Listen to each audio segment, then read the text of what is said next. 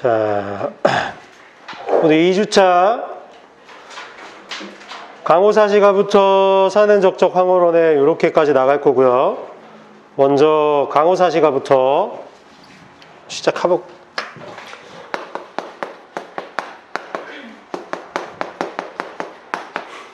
강호사시가의 제목을 보면 강호는 자연을 뜻하죠. 그리고 이제 사시는 사계절이에요. 그래서 자연에서의 사계절을 노래한 작품이다. 이렇게 알고 있으면 되는데 이 작품이 국문학사적인 의미가 되게 커요. 그래서 수능에 출제된 적도 있어요. 우리나라 최초의 연시조라고 알려진 작품인데요. 그 감상 포인트 한번 같이 보면서 작품에 대한 개괄적인 내용 보고 내용 들어가 보겠습니다. 이 작품은 사계절의 순환에 대응시켜 강호에서 논의는 즐거움을 표현한 연시조다. 여기서 좀 마음에 안 드는 표현이 하나 있지 않니? 얘네가 이제 학교에서 공부한 걸 바탕으로 하면 EBS에서 해설을 사계절의 순환이라는 말을 썼어요. 그죠? 근데 여러분 이 작품을 공부해 보면 봄, 여름, 가을, 겨울 다시 봄으로 돌아오는 그 순환의 내용은 사실 있어요? 없어요? 없죠. 없는데 이제 EBS에서 이렇게 해설을 해놨으니까 이런 표현도 되는구나. 좀 짚어 놓으세요. EBS 해설을 이렇게 해놨으니까. 사계절의 순환에 대응시켜 강호에서 논의는 즐거움을 표현한 연시조인데 각 계절의 흥취를 대표하는 소재를 배치하면서도 그럼 이 소재를 아는 게 필요하겠죠. 그리고 각 계절의 흥취가 뭔지도 정리해 보라고 주관식으로 서술형으로 문제 나올 수도 있겠죠. 소재와 계절별 흥취를 써라. 뭐 이렇게. 내수를 형식적으로 통일시켜주는 구조를 갖추고 있다. 그래서 이 형식적으로 통일되는 구조가 뭔지 좀 이따 보고요. 맹사성은 잠깐 동안 벼슬에서 물러난 적은 있지만 비교적 순탄하게 오랜 관직 생활을 마무리한 조선 초기의 사대부이다. 정확한 창작 시기는 밝혀져 있지 않다. 강호에서 은거하며 사는 삶의 즐거움을 노래한 가도 계열의 작품 중에서도 형성 초기의 작품들을 대표한다. 거기 강호가도라는 말에 체크해 보세요. 강호가도. 강호가도 계열이라고 하는데 이 의미를 좀 알고 갑시다. 강호는 자연이라고 했고 그다음에 가는 노래하다예요. 노래하다. 도는 도리예요. 도리. 그럼 자연에서의 즐거움과 도리를 노래했다라는 뜻이에요. 그래서 강호의 의미는 결국 자연 친화의 의미와 여기서의 도리는 사대부로서의 도리니까 유교예요. 유교. 유교적 충의 사상. 그래서 작품이 자연 친화와 유교적 충의 사상이 결합되어 있는 작품이에요. 면왕정과도 이렇게 생겼죠. 그렇죠? 되게 그 임금에게 충성을 다하는 마음 이런 것들을 지속적으로 작품 속에서 녹여내고 있는데 이게 재밌는 게 자연에서의 즐거움이 커질수록 임금에 대한 고마움이 더불어 커지는 구조예요. 세팅을 되게 멋있게 해놨어요. 근데 자연에서 너무너무 행복해 라고 노래했는데 다 임금 덕분이야 이렇게 말해버리면 즐거움이 커질수록 임금에 대한 은혜도 더 커지죠. 이런 구조로 되어 있습니다. 그래서 강호가도 무슨 뜻인지 알겠죠? 강호, 노래하다, 도리를. 자, 이제 춘사부터 정리 시작하겠습니다. 강호에 봄이 드니 미친 흥이 절로 난다. 강호는 강과 호수니까 자연을 나타낸다고 되어 있죠. 그러면 대유법 쓰인 거 알겠죠? 봄이 왔어요. 미친 흥이 절로 난다. 그 계절에서 느끼는 흥겨움을 말했는데 그냥 흥겹다도 아니고 미친 흥이 절로 난대요. 미친 흥이. 왜 그럴까? 한번 생각해 볼까? 왜 미친 흥이 날까? 겨울에서 봄으로 넘어올 때 이 자연의 생동감 넘치는 모습을 보면 더할 나위 없이 좋겠죠. 그렇죠? 그래서 미친 흥 이렇게 표현하지 않았나 싶어요. 탕로궤변에 금린어가 안주로구나. 탁료의 탕료가 막걸리를 뜻해요. 그러니까 이제 안주로다라가 연결되죠. 막걸리 마시는데 개는 냇물, 시내를 뜻하는 개자죠. 개가. 그래서 강변 이렇게 말하잖아. 개변하면 시냇가. 그래서 막걸리 마시며 시냇가에서 금린어가 안주로다. 탕로개변에다가 표시해 보세요. 당연히 봄 노래인데 미친 흥을 표현하고 있는데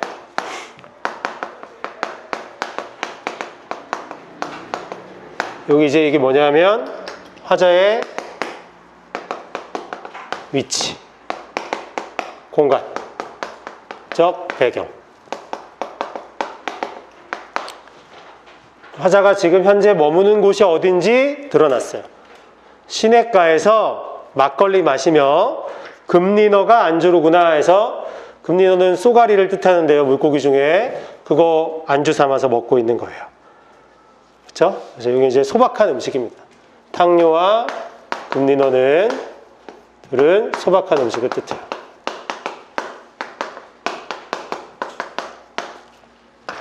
종장, 이 몸이 한가해옴도 역군은 이셨다. 한가해옴에 네모치시고요. 한가해옴에 네모치시고 결국엔 초장과 중장의 내용이 여기서 집약된다.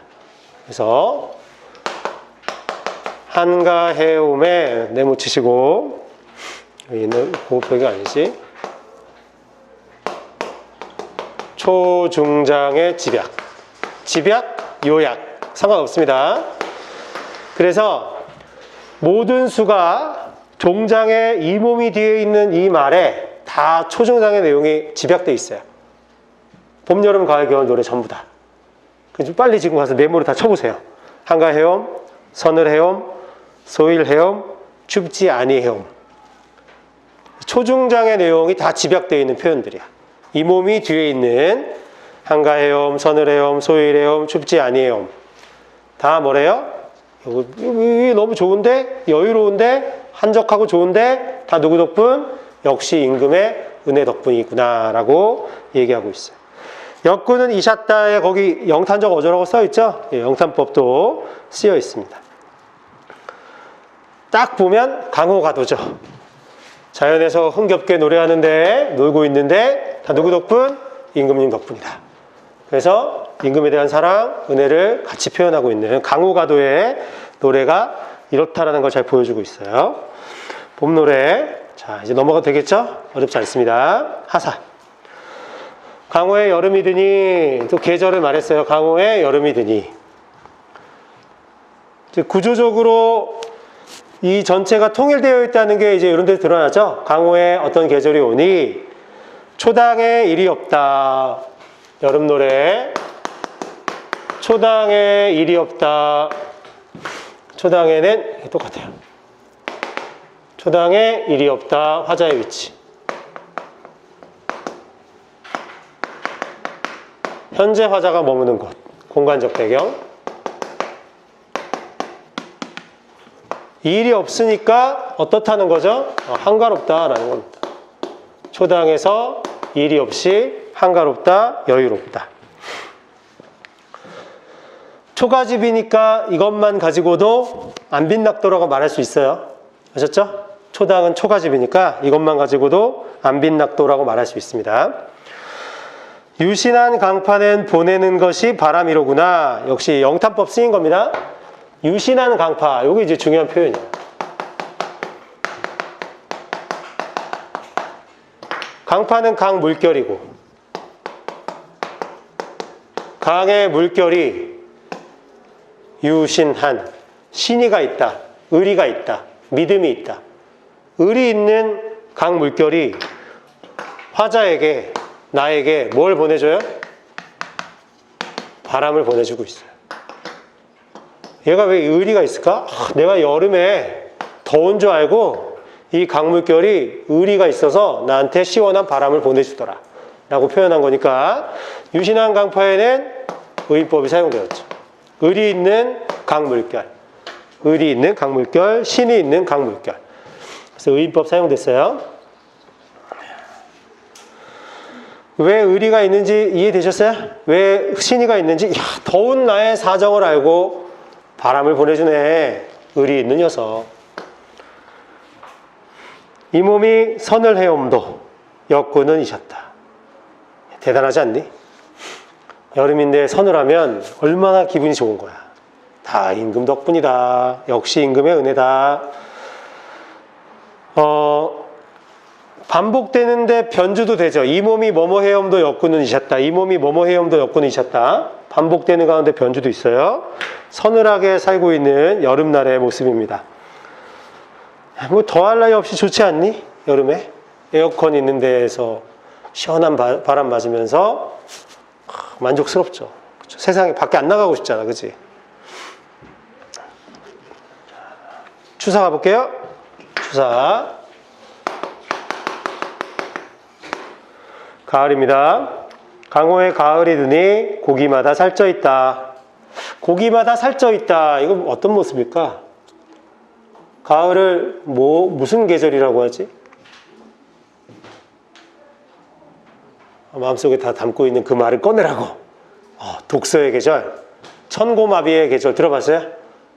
하늘은 높고 말은 살찌는 계절, 천고마비.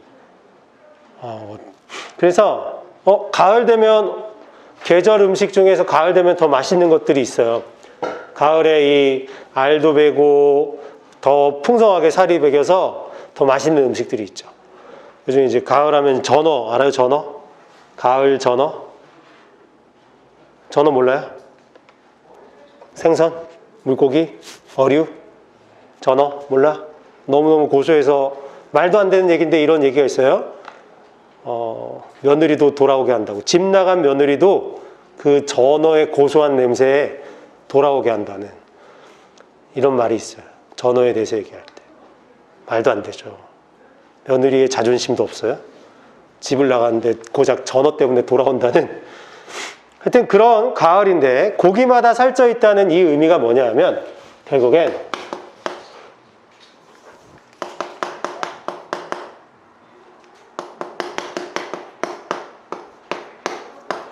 가을의 풍요로움을 말하는 거예요. 가을의 풍요로움.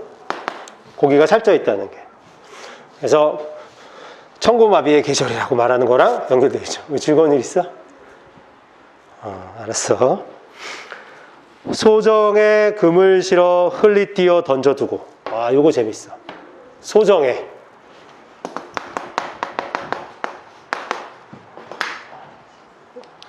이거 뭔지 알겠지? 똑같아. 화자의 위치. 화자가 현재 머무는 곳. 공간적 배경. 화자가 현재 머무는 곳. 화자의 위치를 말하는 거예요. 그래서 화자가 머무는 곳 소정이니까 작은 배, 작은 고깃배에 그물을 실어서 흘리띄어 던져두고. 이건 기가 막힌 행동이야. 가을을 즐기는 이 사람의 행동이 어떠냐 하면 그물을 고깃배에 실어놓고는 어떻게 던졌대요? 흘러가게 띄어서 던져뒀다는 거야. 그물이 고기를 잡을 목적으로 던지는 게 아니라 그냥 흘러가게, 고정이 돼 있어야 고기를 잡잖아, 그물이. 근데 흘러가게 띄어 던져뒀다는 건 화자가 고기를 잡을 생각은 없다는 거죠. 그래서 무욕의 삶을 보여줘요. 무욕, 욕심 없는 삶. 무욕의 삶. 여기는 중장은 무욕의 삶. 유유자적하는 삶이다 이렇게 말할 수 있습니다. 유유자적하는 삶, 무욕의 삶.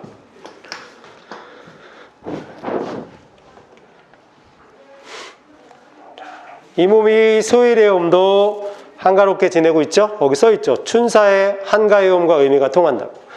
역시 임금의 은혜 덕분이로구나 라고 했어요. 잠깐 멈춰봐봐요. 춘사에서는 중장만 보세요. 화자가 어떤 행동하고 있죠? 시냇가에서 막걸리 먹고 쏘가리 안주 삼아서 즐기고 있죠. 하사에서는 중장을 보면서, 중장만요, 하사에서는요 초당에서요 시원한 강바람을 맞이하고 있죠. 하사의 구체적인 행동들을 봐. 추사에서는요 작은 고깃배에 누워서 그냥 지내는 거야. 그물 따윈 신경 안 쓰고. 자, 이제 동사입니다. 겨울 노래.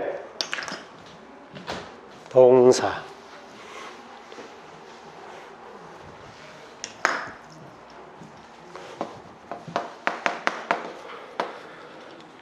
강호의 겨울이 드니 눈 깊이 한자가 넘다 해서 겨울 노래에서 눈 깊이가 한자가 넘는다라고 했는데 이 한자가 약 30cm란 말이에요. 그러니까 눈이 되게 많이 온 거예요. 30cm 넘게 눈이 왔다는 거야. 춥겠네. 삿갓 빗기 쓰고 누역으로 옷을 삼아. 거기 삿갓하고 누역하고 동그라미 쳐 있죠. 같은 의미로 볼 수 있는 게 저 위에 탕료, 금리너 같은 게 같은 의미라고 볼 수 있어요. 소박한 음식, 소박한 생활. 알겠죠? 소박한 음식, 소박한 생활. 그래서 소박한 삶을 보여주는 것. 탕료, 금리너, 삿갓, 누역. 소박한 삶. 삿갓을 빗기 쓰고 누역으로 옷을 삼아 했으니까 삿갓 쓰고 누역으로 옷을 삼았다. 근데 누역은 지푸라기로 만든 비옷 같은 거예요. 춥지 않을까? 속옷을 입어야 되는 게 맞잖아, 그치? 겨울이니까. 근데 지푸라기로 만든 이 비옷 같은 것을 입고 다음 보면 안 춥대요. 아, 너무 안 추워. 너무 좋대. 그냥 즐거운 거야. 이것 또한 역시 임금의 덕분이다 라고 말하면서 마무리했는데 여기서 좀 재밌는 건 이런 거죠. 그냥 한번 생각만 해봐. 왜 삿갓을 그냥 쓰지 않고 빗기 쓰고라고 자기의 행동을 이렇게 표출했을까? 그러니까 바르게 쓰지 않은 거잖아요. 그죠? 빗기 쓰고는 현대어플이 봐요. 빗겨 쓰고니까 비스듬히 쓴 거예요. 여러분 그 어디 놀러 가고 할 때 모자 이렇게 콕 눌러 쓰지 않고 기분 낸다고 모자 이렇게 삐뚤어 쓰고 뒤로 뒤집어 쓰고 하는 거 있죠? 기분 좋음을 이렇게 표현한 거라고 볼 수 있어요. 이해되니? 그래서 꼭 삿갓을 그냥 안 쓰고 꼭 이렇게 빗기 쓰죠. 그 자연에서 즐기는 즐거움을 만끽하는 하나의 행동 중에 하나입니다. 그래서 이런 옷차림과 이런 외양을 갖추고 겨울에 춥지 않게 바깥 외출을 하고 있는 거죠. 그렇게 돌아다니는 삶. 그래서 거기 보면 눈 내린 겨울날에도 외출을 하며 강호에서의 즐거움을 누리는 생활을 보여준다. 이렇게 되어 있습니다. 자, 봄, 여름, 가을, 겨울 다 봤고요. 잠깐 시간 줄 테니까 해석 한번 쭉 해보십시오. 그리고 질문할 거 있으면 질문하세요. 그리고 표현 정리랑 마무리할 테니까 1분 주겠습니다. 자, 1분 다 됐는데 1분이면 복습하는 시간이 충분하죠. 시작할게요. 사계절의 변화에 따른 시상전개. 시상전개 방식, 계절의 변화, 이제 시간의 흐름 이렇게 말하는 게 맞습니다. 봄, 여름, 가을, 겨울의 시간의 흐름. 그래서 어떻게 보면 EBS 해설이 좀 하자가 있다. 사계절의 순환이라고 말하는 건 좀 어려움이 있지 않을까 이렇게 보여요. 그 다음에 통사구조의 반복.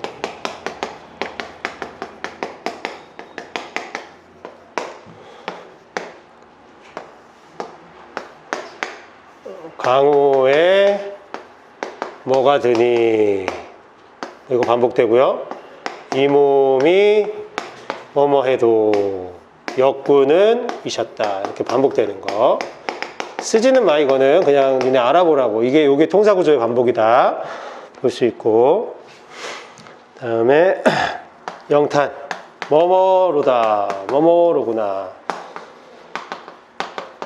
역군은 이셨다. 이거 반복되는 거 있죠? 영탄적 표현. 그 다음에 의인법 사용되었어요. 의인법 써서 대상과의 친밀감 드러냅니다. 다섯 번째, 초중장의 내용이 어디로 집약된다고 했죠? 네, 종장에서 집약된다 이렇게 말했었어요. 이런 특징 볼 수 있습니다.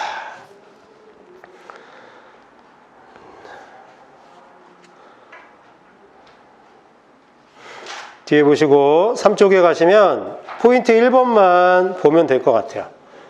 요거는 서술형으로 나올 수도 있어서 여기 나오는 표현들을 잘 정리했으면 좋겠습니다. 강호사시가의 형식적 통일성 있고 표 아래 글 좀 읽어볼게요. 쓸 시간 더 줄까요?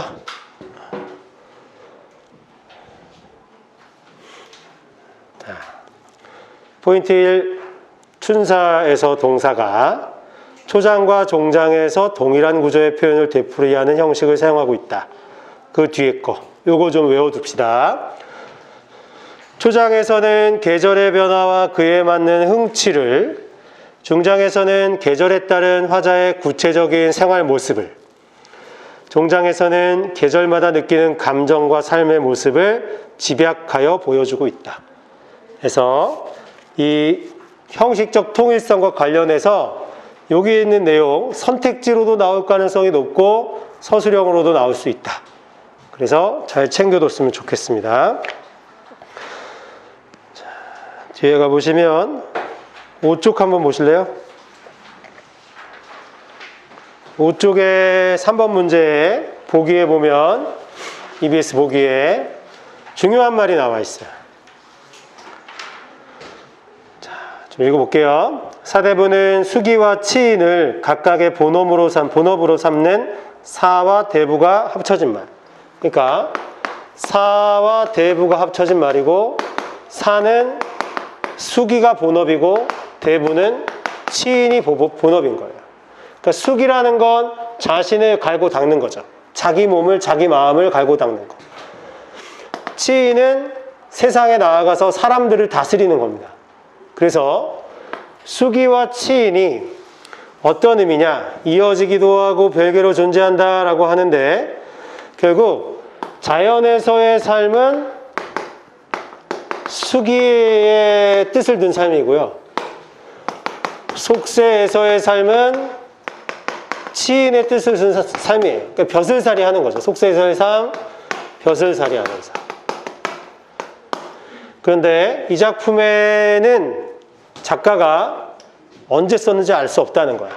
벼슬을 할 때 썼는지, 벼슬에서 물러나서 썼는지 알 길은 없다. 중요한 게, 이 가는 맹사성은 얘가 이제 벼슬을 그동안 순탄하게 계속 했다라는 얘기가 아까 있었잖아요. 그래서 도대체 요때 쓴 건지 요때 쓴 건지 확실하진 않다. 하지만 자, 밑에서 다섯 번째 줄 위, 보기에서 밑에서 다섯 번째 줄 위로 갑니다. 자연 그 자체의 조화와 자아 자연 간의 조화에 가치를 부여하는 경향이 우세하게 나타난다. 지금 내용 정확히 읽었어요? 자연의 조화와 자연과 인간의 조화, 두 개가 다른 거죠. 두 가지를 추구한대요. 이들 작품에선. 이런 자연 간의 기저에는 세상의 만물이 초월적 섭리에 따라 질서를 이룬 채 조화롭게 운행되어야 한다는 유교적 이상주의가 깔려 있다.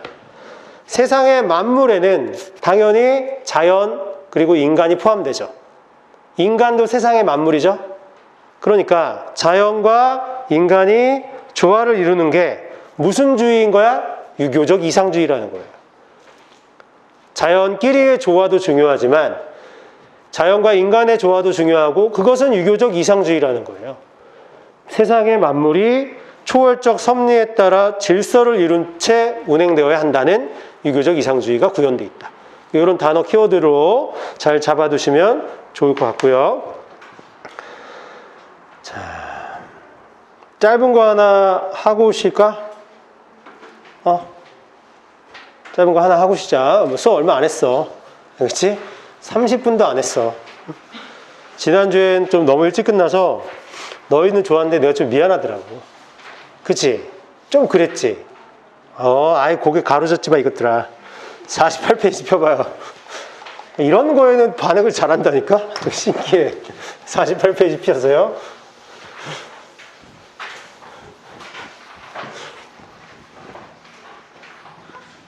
뭘 하지마. 누구야?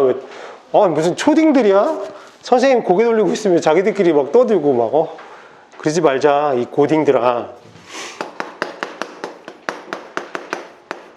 사는 적적 월황혼에. 사설시조인데 이 작품은 단언컨대 우리 지난주에 봤던 사랑에 관한 시조 중에 거짓말에 관한 시조 있었죠? 나 너 꿈에서 본다는 말 그 거짓말이라고. 너 나 사랑한다는 말 거짓말이라고 했던 그 시조하고 묶어서 나올 가능성이 너무 높아요. 보면 얘가 거짓말하는 것 같았고 꿈속에서 님을 만난다는 얘기를 하거든요. 근데 얘는 정말 그리워서 님을 만나는 얘기입니다. 자, 감상 포인트 시작합니다. 이 작품은 헤어져 있는 님에 대한 그리움이 깊어. 밑줄. 이별 상황이에요. 그리움이 깊어요. 밥도 못 먹고 잠도 못 자는 화자의 한탄을 읊은 사설시조이다. 밥 못 먹어 잠 못 자. 잠을 깨어보니 등불만 있다는 표현에서 어쩌다가 잠깐 잠이 들었다가 꿈을 꾼 것으로 추측된다. 중장의 마지막 구절과 종장에는 밑줄 임에 대한 원망의 정서가 들어갑니다. 중장의 마지막 그리고 종장엔 임에 대한 원망의 정서가 있습니다. 너무 안 오면 원망할 수도 있는 거죠. 그렇죠? 사설시조만의 그런 진솔함이 또 느껴지는 거죠. 자, 초장부터 정리해 보겠습니다. 사는 적적 하니까 외로운 상황인 거죠. 적적한 거예요. 월황혼에. 월황혼이면 황혼 무렵이에요. 달 뜨고 황혼 무렵의 시간적 배경입니다. 월황혼에 두견새가 울어도 임생각이요. 여기까지 끊어봐. 월황혼에 두견의 울음소리. 청각적 이미지. 님 생각이래요. 울음소리에 임에 대한 그리움이 심화되겠다. 이렇게 볼 수 있어요. 화자의 정서를 심화시키는 청각적 이미지가 나타났다. 또 이제 두견이는 하내세잖아요. 그쵸? 구슬프게 우는. 그리고 밤은 침침 야삼경에 밤이 됐어요. 야삼경에 해질 무렵에서 야삼경으로 시간이 흘렀어요. 야삼경은 몇 시냐? 삼경은 밤 11시에서 새벽 1시를 뜻해요. 밤 11시에서 새벽 1시. 문학작품에는 주로 3경이 나오죠. 그쵸? 2경, 1경, 4경. 잘 안 나와. 3경만 나와, 3경만. 왜? 11시에서 1시 사이니까 가장 깊은 밤이라는 거예요, 저 때가. 아주 그 깊은 밤에 잠 못 자고 있는 건 정말 괴로운 거죠. 요즘이야 잠 안 오면 뭐라도 합니까? 유튜브라도 보고 시간이라도 때우죠. 옛날엔 잠 안 오면 어땠겠어요? 할 것도 없는데. 깜깜해서 눈을 떠도 감은 것과 같을 수도 있는데. 그렇다고 불을 밝힐 수도 없고. 얼마나 외롭고 힘들었겠습니까? 야삼경에 접동이 울어도 임생각이라. 접동의 울음소리. 님 생각이다. 그리움 심화시킨다. 그래서 역시 또 청각적 이미지. 초장의 내용은 좀 정리가 되시죠? 그쵸? 그리움이 심화돼요. 저 두 마리의 새 때문에, 두 종류의 새 때문에.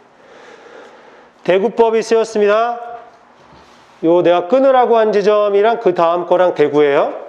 그러니까 월황혼의 두견으로도 임생각이요. 밤은 침침 야상경에 접동이 울어도 임생각이라. 요거 대구됩니다. 다음 중장 가봅니다. 침상편시 춘몽중하여 침상에서 잠시 봄꿈을 꾸는 중에 베개 위에 비른 잠은 계명축시에 놀랍게니 했어요. 자, 시간이 흘렀어. 계명축시. 시간의 흐름 이제 표시하면 됩니다. 여기까지가 시간의 흐름 다예요. 개는 닭이죠, 닭. 명은 울음명자예요. 울다. 닭 우는 소리가 들린 시간이야. 그러니까 새벽이야. 이것도 청각적 이미지입니다. 청각적 이미지. 글씨 알아보겠니? 계명축시에 놀랍게니 했으니까 베개 위에 비른 잠이라는 게 뭘까요? 깊이 자진 않았다는 거야. 잠깐 빌린 잠인데 잠깐 잤는데 닭 울음소리에 깜짝 놀라서 깼어요. 님의 흔적은 간 곳 없다. 여기서 알 수 있는, 미루어 알 수 있는 게 뭐죠? 꿈에서 님을 만났구나. 그래서 꿈의 기능.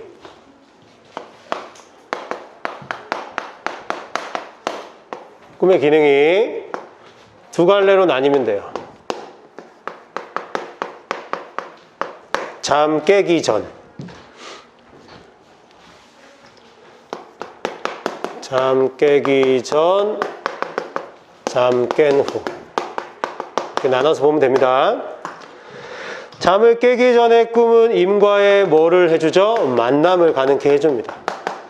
그렇죠? 그래서 잠 깨기 전의 꿈은 화자의 내적 갈등을 해소시켜줘요. 그래서 이렇게만 보면 꿈은 갈등 해소의 기능을 해요. 아셨죠? 근데 잠을 깨고 난 뒤에는 임과 내가 헤어져 있음을, 떨어져 있음을 더 망각하게 돼요. 더 절실하게 깨닫게 되죠. 망각이 아니라. 잠 깬 후에는 이별을 더 절절하게 느끼게 돼요.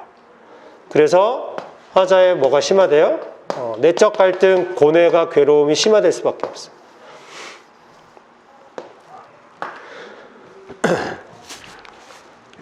그래서 현실에서 이루어질 수 없는 것을 이제 꿈속에서 우리가 실현할 때가 꽤 있잖아요. 그죠? 그리고 너무 두려운 일을 꿈속에서 막 경험할 때가 있죠. 수능 전날 밤에 수능장에 지각하는 꿈도 많이 꾸잖아요.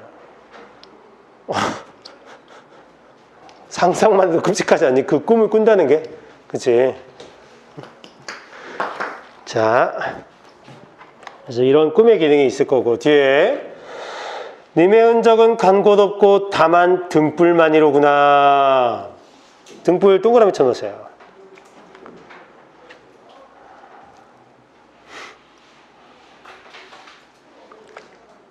이런 건 이제 문제에서 물어볼 수 있을 만한 객관적 상관물이죠. 외로움을 심화시키는 역할을 하죠. 다 똑같아요. 두견이, 접동새, 그리고 여기 등불도 다 화자의 정서를 심화시키는 객관적 상관물로서 기능하겠죠? 그쵸? 자고 일어났더니 등불만 있네. 임은 없고. 그러므로 식불간미에서 밥 못 먹고 신불안석하여 잠 못 자며. 대구네. 입맛이 없어서 밥 못 먹고요. 잠자리 편하지 않아서 잠 못 잡니다. 그래서 장장지하를 긴긴 밤을 허송하게 보내며 독대니까 혼자죠. 혼자. 나 혼자 등촉으로 벗을 삼으니. 등촉도 동그라미. 등불과 촛불이 벗이야. 역시 이 등촉도 뭐예요? 객관적 상관물로 기능하는 거고, 화자의 외로움을 심화시킵니다. 정서를 심화시키는 객관적 상관물, 대표적인 거 4개 나왔다 이렇게 볼 수 있어요. 그렇죠? 위에 두 개인 두견이랑 접동이는 청각적 이미지를 통해서, 그 다음에 등불과 등촉은 시각적 이미지로 드러나겠죠?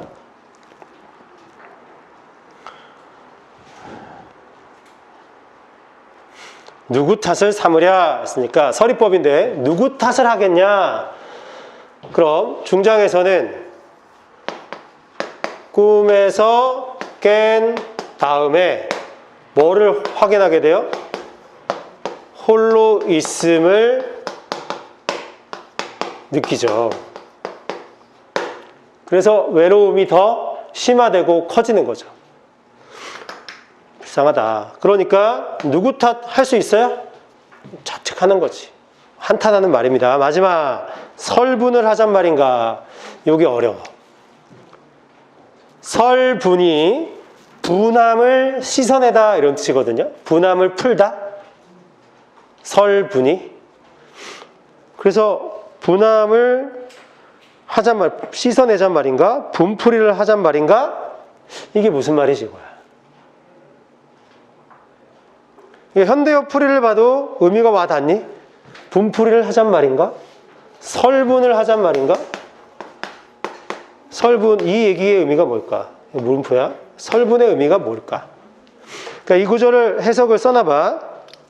결국엔 하고 싶은 말이 뭐냐?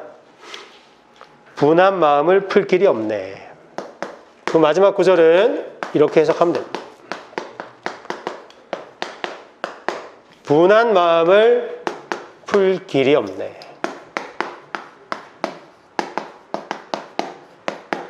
분함을 풀어야 하는 건가? 분한 마음을 풀 길이 없네. 그래서 원망의 정서가 나타나죠.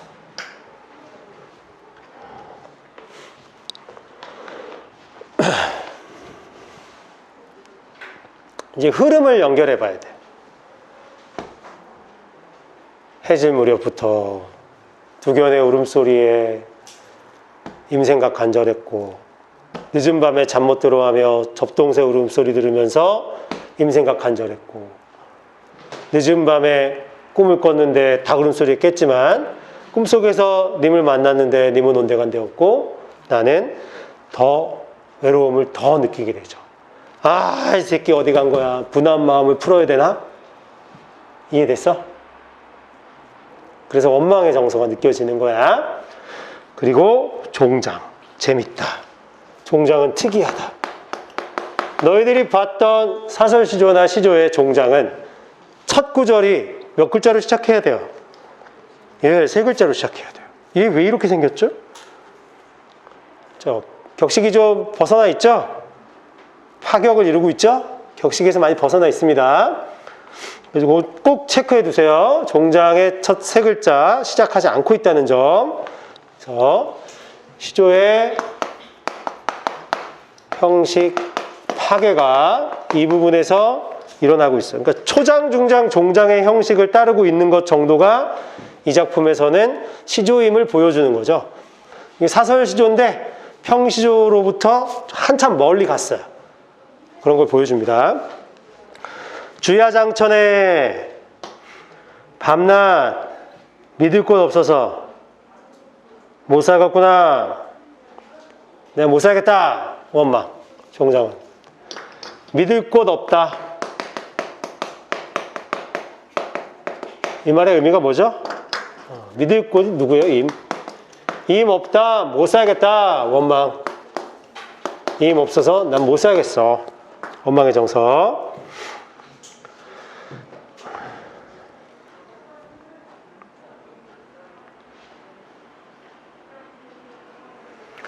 자, 거기 포인트 2번 볼까요? 이것만은 꼭 기자에서 포인트 2번 보세요.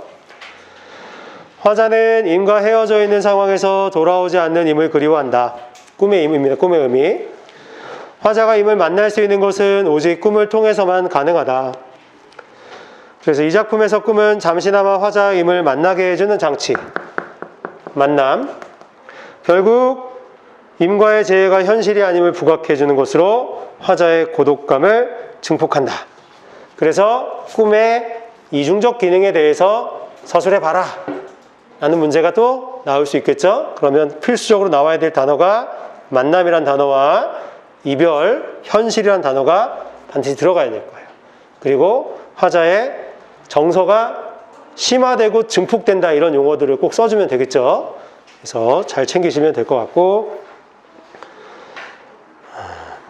밑에 맷버들 가래 꺾어 한번 읽어보시고요. 전혀 다른 태도를 보이는 시조로 나와 있어요. 그래서 한번 읽어보시면 됩니다. 자, 시간 좀 줄 테니까 읽어보시고 다음엔 표현상의 특징 정리할게요. 읽어보세요. 해석 좀 해보시고 정리하십시오. 1분 줄게요. 자, 보자. 복습이 잘 돼 있나 하나만 확인해 볼게. 거기 중장에서 침불안석이라는 한자어 있었잖아요. 이제 뜻풀이 보면 걱정 많아서 잠을 편히 자지 못함이란 뜻이죠. 우리 지난주에 첫 번째 시간에 배웠던 시조 중에 여기에 딱 들어맞는 사자성어 나와 있는 거 있었는데 사자성어 2개. 전전,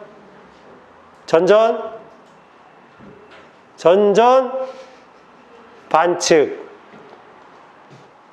잠 못 자서 이리저리 뒤척인다.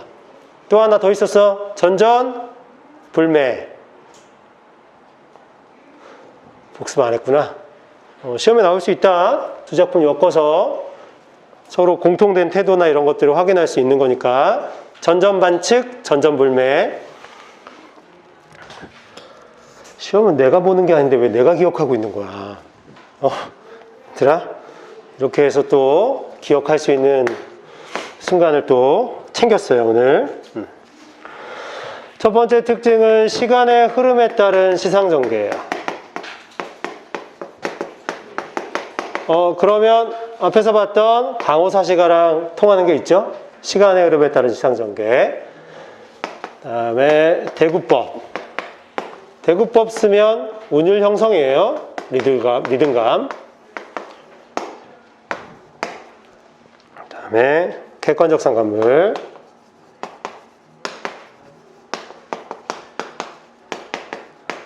정서 강조한다 이렇게 말했죠. 자연물을 통해 화자의 정서를 강조한다 이렇게 말할 수도 있겠죠. 당연히 자연물을 통해 화자의 정서를 강조한다 이렇게 해도 되고.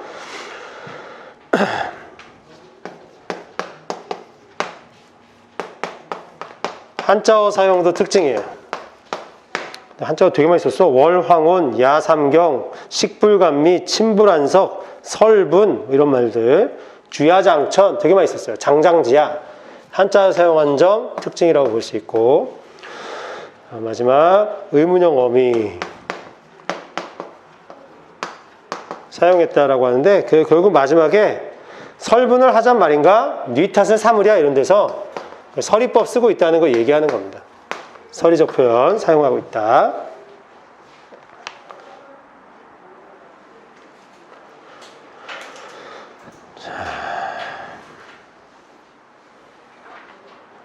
EBS 보기는 꿈에 대한 얘기니까 안 봐도 되고. 잠깐 쉬었다가 우리 이어서 보겠습니다.